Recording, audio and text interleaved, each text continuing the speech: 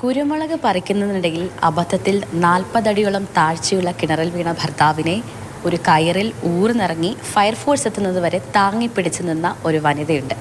ആ വനിതയുടെ ധീരതയെക്കുറിച്ചാണ് ഇന്ന് കേരളത്തിൽ സംസാര വിഷയം.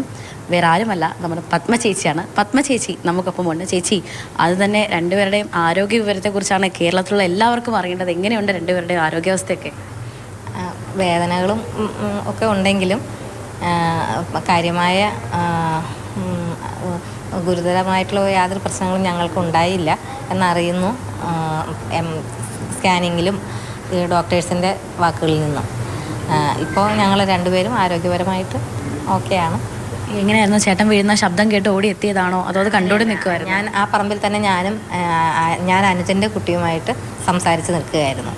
അപ്പോഴാണ് പെട്ടെന്ന് ഒരു സൗണ്ട് കേട്ട് നോക്കിയപ്പോൾ മരം ഒടിയുന്നതായിട്ടാണ് കേട്ടത്. അപ്പോൾ നോക്കിയപ്പോൾ മരം ഒടിഞ്ഞിട്ടുണ്ട്, വീണ് കിണറിന് മുകളിൽ കിടക്കുന്നു. വലിയൊരു ശബ്ദവും കേട്ടു. അപ്പോൾ താഴെ പോയി എന്നുള്ളത് ഞങ്ങൾക്കപ്പോൾ മനസ്സിലായി. ആ സമയത്ത് വേറൊന്നും ചിന്തിച്ചില്ല, ഉടനെ തന്നെ കയറെടുത്ത് ഇറങ്ങുമായിരുന്നു?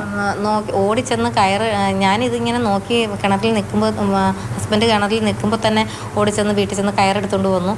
അപ്പോൾ എൻ്റെ അനുജനും കുടുംബവും അവിടുത്തെ അയൽവാസികളും ഓടി വന്ന് എല്ലാ കാര്യങ്ങളും നോക്കുന്നുണ്ടായിരുന്നു. അപ്പോൾ അവർ വന്ന് കയറ് കെട്ടി.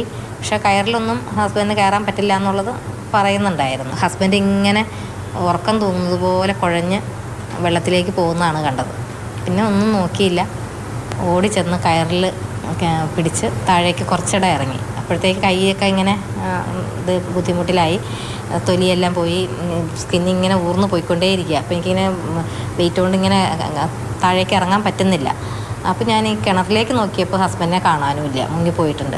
അപ്പോൾ ഇനി താമസിച്ചാൽ പറ്റില്ലല്ലോ, അതുകൊണ്ട് പെട്ടെന്ന് എടുത്ത് ചാടുകയായിരുന്നു. അപ്പോൾ വേറെ ഒന്നിനെക്കുറിച്ചുമല്ല എനിക്ക് ചിന്ത, എത്രയും പെട്ടെന്ന് എൻ്റെ ഹസ്ബൻഡിനെ പൊക്കിയെടുത്ത് ജീവിതത്തിലേക്ക് കൊണ്ടുവരിക എന്നുള്ളതായിരുന്നു. അപ്പോൾ ആ ഒറ്റ ഒരു ചിന്ത മാത്രമേ ഉണ്ടായിരുന്നു. എൻ്റെ കാര്യങ്ങളൊക്കെ എനിക്ക് രണ്ടാമത് ചിന്തിക്കേണ്ടതുള്ളൂ. ഇപ്പം എല്ലാ കാലത്തും രമേശ് ചേട്ടന് ഒരു ഉറപ്പുണ്ടല്ലേ, എല്ലാമായിട്ട് എൻ്റെ ഭാര്യ കൂടെ ഉണ്ട്? എപ്പോഴും എനിക്കും അതേപോലെ തന്നെ തിരിച്ചും അതുപോലെ തന്നെ നല്ല ഉറപ്പുണ്ട്.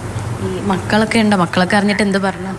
ഒരു മകനാണുള്ളത്, അവൻ ഡോക്ടറാണ്, UK-യിലാണ്.